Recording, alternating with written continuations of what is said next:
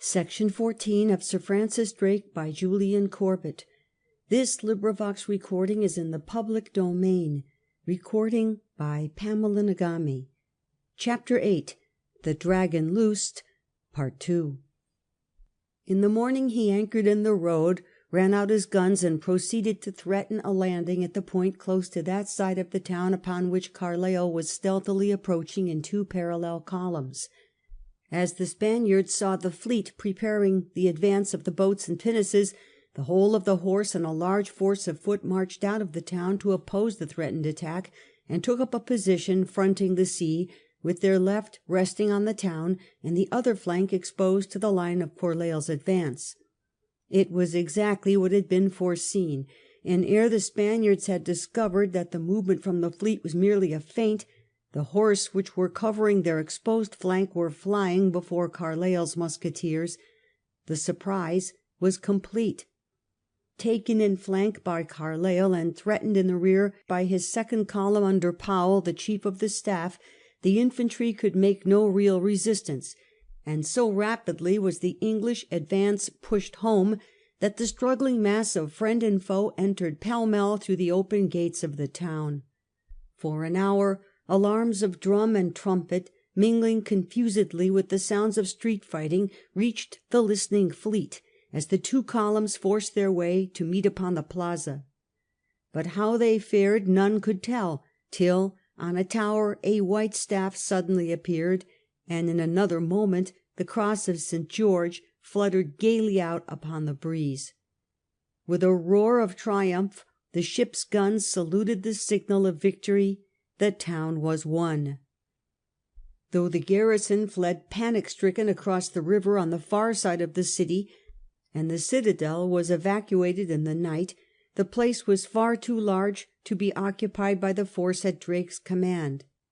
Following, therefore, the same tactics that had been successful at Nombre de Dios, he ordered the troops to entrench themselves in the plaza and to occupy the principal batteries. In this way he held the town for a month. The plunder was disappointing. The city was already 100 years old, and its day was done, for the reckless native policy of the colonists had almost ruined the island. It remained but to treat for a ransom. The governor at once declared himself unable to meet the extravagant demands of the English admiral, and in order to bring him to terms, Drake began to burn the town piecemeal. But so well was it built that little harm could be done, and every day his impatience increased. Once, in the course of the negotiation, he sent a boy with a flag of truce to the Spanish camp. A Spaniard, meeting the lad, so ill-treated him that he could barely crawl back to die at the admiral's feet. Then all the fury of Drake's nature burst forth. 2 friars who were among the prisoners were immediately sent ashore and hanged by the provost marshal on the scene of the crime. Another was dispatched to the Spanish camp to declare that 2 more would be executed every morning until the offender was brought down and hanged on the spot by his own authorities.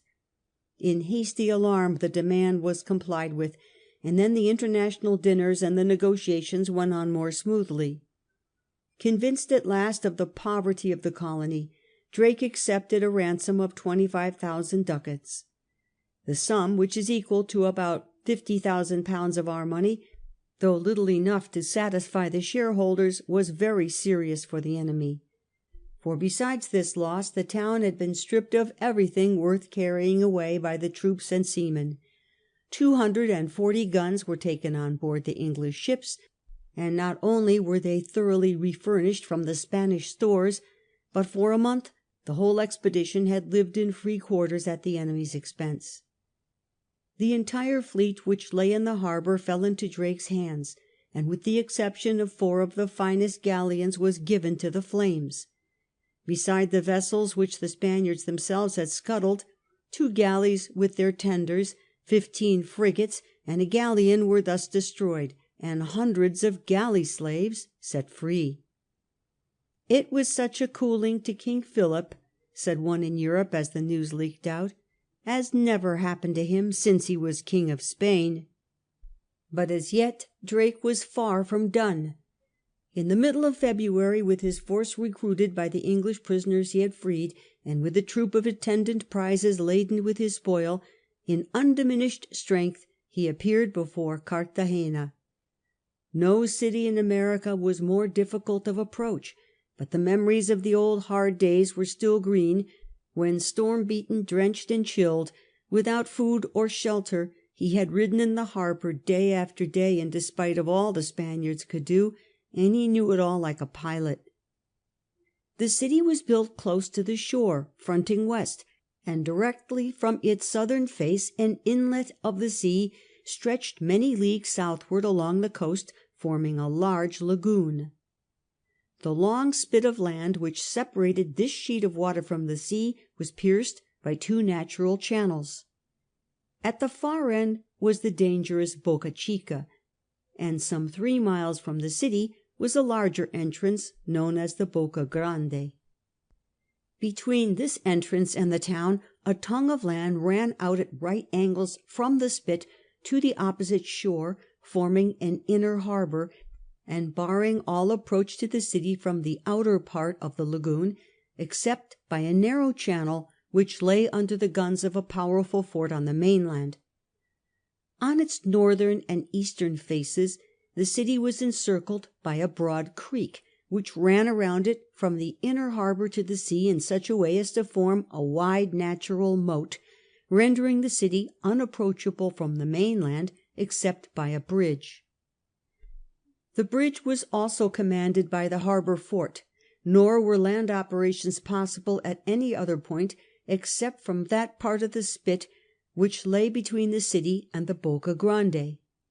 So finely, however, did this narrow down before the city could be reached, that between the inner harbour and the sea it was but 50 paces wide, and here the Spaniards had had time to prepare defences that looked impregnable. From shore to shore a formidable entrenchment completely barred the way, and not only was its front so staked and encumbered as to render a night attack impossible, but its approaches were swept by the guns and small arms of a great galleass and 2 galleys which lay in the inner harbour. To a man so tender as Drake was ever for the lives of his men and the safety of his ships, to attack such a place might well have appeared hopeless. But the originality of the amphibious corsair at once descried a hole which had escaped all the science of the Spanish martialists.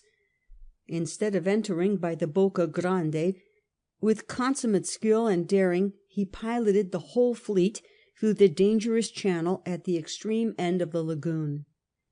The only impression which so hazardous a movement could create in the minds of the Spaniards was that he was about to repeat his Santo Domingo operations and land his troops there to attack from the mainland.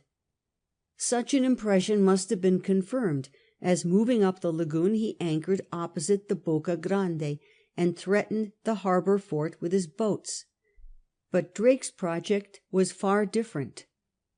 Instead of being landed on the mainland, Carleill with 8 companies was quietly slipped ashore in the Boca Grande, with instructions to make his way diagonally through the woods that covered the spit till he reached the seashore, and then, instead of advancing on the front of the entrenchments, to wade along through the wash of the surf till he was within striking distance of the Spanish position.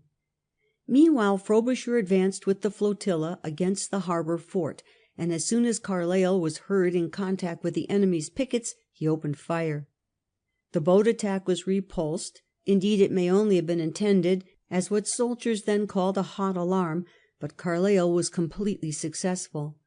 By the march through the surf he had not only evaded the obstacles which the enemy had so carefully prepared, but he had been covered from the fire of the galleys in the harbour, and had never so much as entered the fire area of the heavily armed entrenchment. After a desperate struggle at push of pike, the position was carried by assault, and once more so hotly was the advantage pursued that in one rush the whole town was captured. The garrison fled across the bridge to the hills, and next day, when Drake brought up the fleet to bear upon the fort, that also was evacuated. No success was ever better earned, and few more richly rewarded. Cartagena was the capital of the Spanish Main, and though much younger than Santo Domingo, it was far wealthier. It yielded rich loot for the men and for his shareholders. Drake, after a long negotiation, succeeded in extracting a ransom of 110,000 ducats, besides what he got for an adjacent monastery. Though to all this plunder Drake could add the consolation that he had destroyed the galleys and shipping which crowded the port, and blown up the harbour fort, which the Spaniards had forgotten to include in the convention, he was still unsatisfied. Well knowing that by an advance up the Chagres river in his boats Panama lay at his mercy, he was resolved with its capture to crown the campaign. But as he lay in Cartagena, the sickness, which had never really ceased, broke out again with new virulence, and made such havoc with his forces that he had reluctantly to confess that Panama must wait. To capture it with the crippled means at his command was impossible, and the only question was whether Cartagena should be held till he could return with reinforcements. The soldiers declared themselves ready to undertake the task, but in a full council of war it was finally decided that no strategical advantage would be gained at all proportional to the risk that would be run in further weakening the fleet, and on the last day of March the signal to make sail home was flying from the Elizabeth Bonaventura. So severely, however, did they suffer from the weather and want of water that it was nearly 2 months before they reached the coast of Florida. Still Drake found time and energy to destroy and plunder the Spanish settlement of St. Augustine, and relieve Raleigh's exhausted colony in Virginia. With the remnants of the settlers on board he weighed for England, and on July 28th, 1586, he was writing from Plymouth to Lord Burleigh, laconically reporting his return, and apologising for having missed the Plate fleet by only 12 hours' sail, the reason best known to God. He declared that he and his fleet were ready at once to strike again in any direction the Queen would be pleased to indicate. End of section 14.